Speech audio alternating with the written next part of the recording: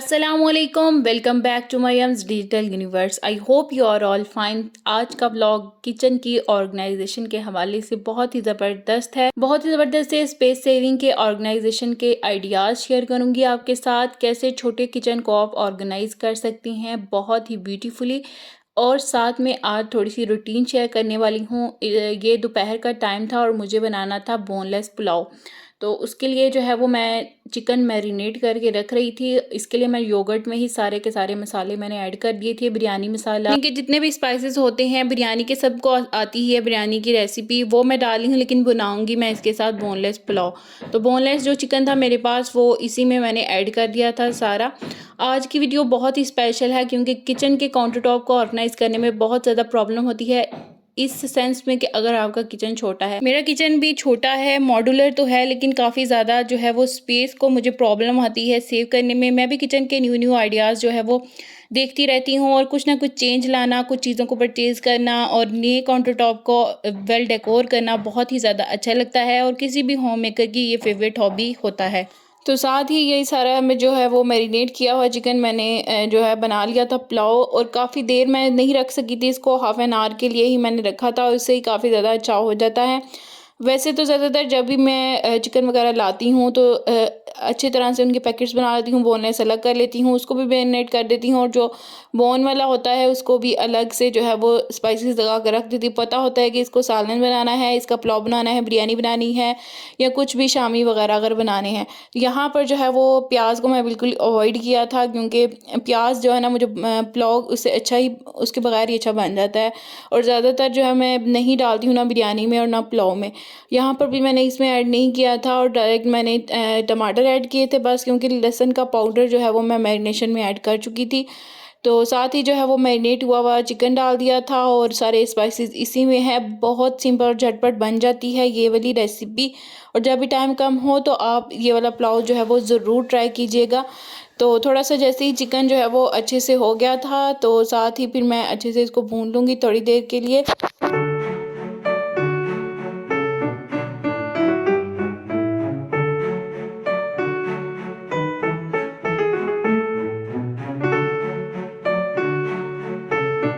तो साथ में यहाँ पर आपके साथ रिक्वेस्ट है कि वीडियो को लाइक ज़रूर कर दिया करें और चैनल को सब्सक्राइब भी किया करें और बेल आइकन को ऑल पे प्रेस कर दिया करें। अच्छा, बहुत बार ऐसा होता था कि जब मैं बिरयानी या पुलाव बनाती हूँ ना तो जो फूड कलर डालती हूँ तो जब दम में डालते हैं डायरेक्टली ऐसे पानी में मिक्स करके, तो जगह जगह जो होता है वो ज़्यादा ही ऑरेंज चावल हो जाते हैं और अच्छे ही नहीं लगते। तो आज मैंने ये न्यू ट्रिक देखी थी और इसमें मैंने राइस जो है वो डिप करके रख दिए थे फूड कलर के अंदर ही थोड़े से, और वही जो है मैंने राइस इसमें डाल दिए थे, तो इससे ना बहुत ही अच्छा कलर निकल कर आया था। और ये भी टिप है बहुत अच्छी, आप भी ट्राई ज़रूर कीजिएगा। तो यहाँ पर जो है मैं कर रही थी काउंटर टॉप को ऑर्गेनाइज।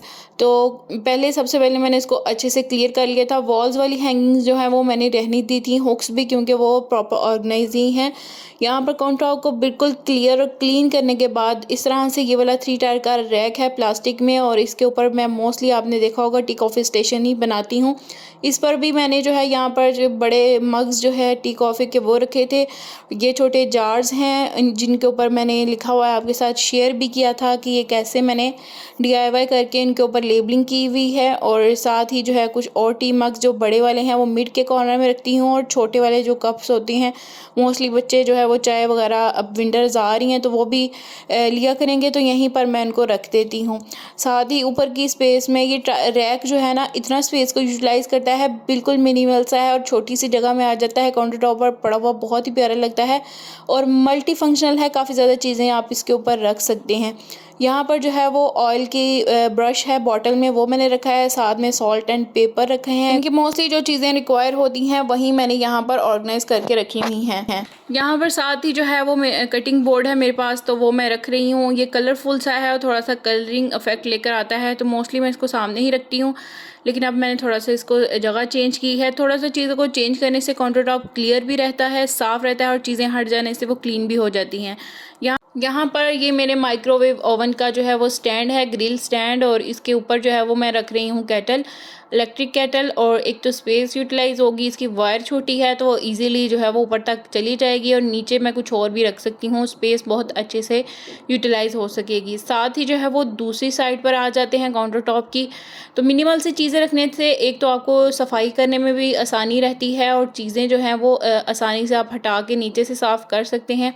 तो थोड़ी ही चीज़ें मैंने रखी हुई हैं, उस साइड पर भी सिर्फ़ वो एक रैक है और साथ में केटल है और इस साइड पर भी मैं मिनिमल सी चीज़ें रखूँगी। इस तरह से ये स्टील का रैक है और इसमें जो है वो मोस्टली यूज़ होने वाली हैंडी चीज़ें जो हैं, यहाँ पर मैं ऑर्गेनाइज़ करके रख रही हूँ। ऑर्गेनाइज़ेशन के साथ-साथ जहाँ आप डेकोर को भी प्रायोरिटी में रखते हैं तो तब आपका किचन जो है वो बहुत अच्छे से ऑर्गेनाइज़ लगने लगता है, क्योंकि डेकोर जो है बहुत ज़्यादा ज़रूरी है ऑर्गेनाइज़ेशन के साथ। अगर आप जो है वो किचन जो है बिल्कुल अच्छे से ऑर्गेनाइज़ करना चाहते हैं तो चीज़ें ऐसी परचेज़ करें अच्छे से, जो आपको यूज़ भी जो है वो आप चाहें कि अच्छे से हो सकें, प्यारी भी हों और स्पेस को बहुत कम।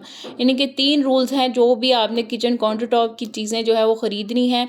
एक तो वो है कि यूज़फुल ज़रूर होनी चाहिए, स्पेस को बहुत कम यूटिलाइज़ करनी चाहिए और एट अ टाइम वो है वो बहुत प्रीटी भी होनी चाहिए। आपके काउंटर टॉप पर रखी हुई जो है वो आते-जाते ज़ाहिर है किचन में तो वो नज़र ही आएँगी, तो इसलिए वो प्यारी भी होनी चाहिए। तो इस तरह से मेरे पास रैक्स हैं, बहुत वाइज़ली मैंने इनको जो है वो चॉइस इनकी की हुई है।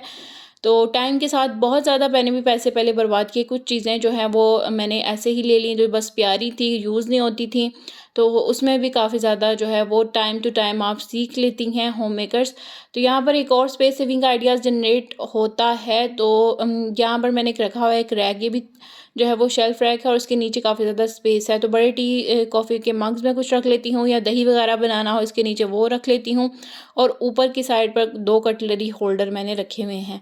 तो बस ये मिनिमल सा यहाँ से इस साइड को जो है वो मैं कर लेती हूँ।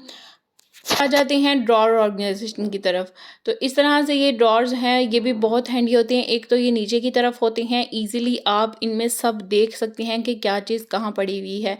ऊपर के कैबिनेट्स जो हमारे होते हैं, वहाँ पर जो है वो चीज़ एक तो नीचे के कैबिनेट में ही नज़र आती है, या तो आपको स्टूल की ज़रूरत पड़ती है। इस तरह की छोटी-छोटी एक्सेसरीज़ जो होती हैं, हम अगर बड़े कैबिनेट्स में ऊपर की साइड पर रख देते हैं, तो बार-बार जो है हमें वहाँ पर स्टूल रख कर देखना पड़ता है, या चीज़ें आगे से देखनी हो तो पीछे की हटानी पड़ती हैं और इस तरह से कोलैप्स करके चीज़ें जो है वो गिरने का भी डर रहता है।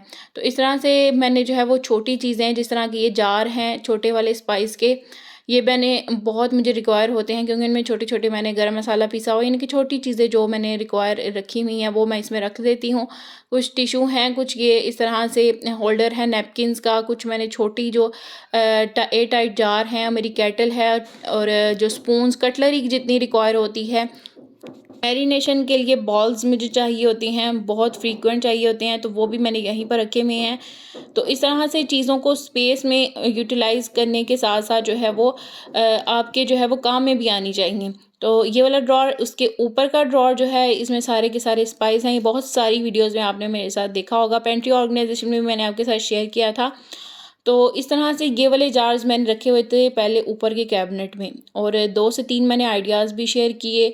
पीछे वालों को मैंने जो है वो थोड़ा-सा ऊपर करके रखा और नीचे वालों को नीचे, लेकिन फिर भी ऊपर के रैक्स में ये फिट ही नहीं होते थे, एक तो नज़र नहीं जाती थी।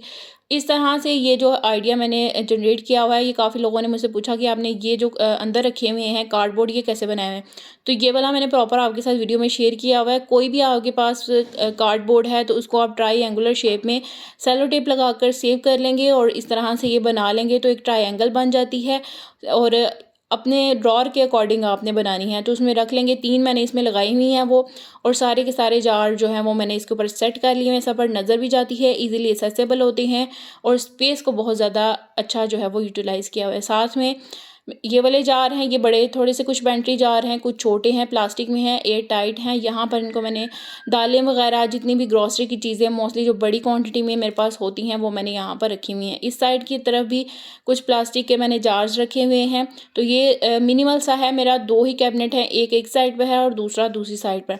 और इस तरह से कुछ ऑर्गेनाइज़र इधर लगाए हुए हैं, जो कुछ क्लीनिंग के ऑर्गेनाइज़र मैंने लगाए हुए हैं वो कॉर्नर पे सिंक पे आपको नज़र आ रहा होगा, और ये कुछ हैंगिंग लगाया हुआ है जिसमें ब्रशेज़ वगैरह रखे हुए हैं। ये वाले ऑर्गेनाइज़र में मैंने जो है वो रखे हुए हैं फूड कलर्स, एसेंस वगैरह जितनी भी रिक्वायर होती हैं। सो ये थी आज की वीडियो। आई होप कि आपको अच्छी लगी है। अच्छी लगी तो लाइक ज़रूर करना है, चैनल को करना है सब्सक्राइब। Thanks for watching. अल्लाह हाफ़िज़।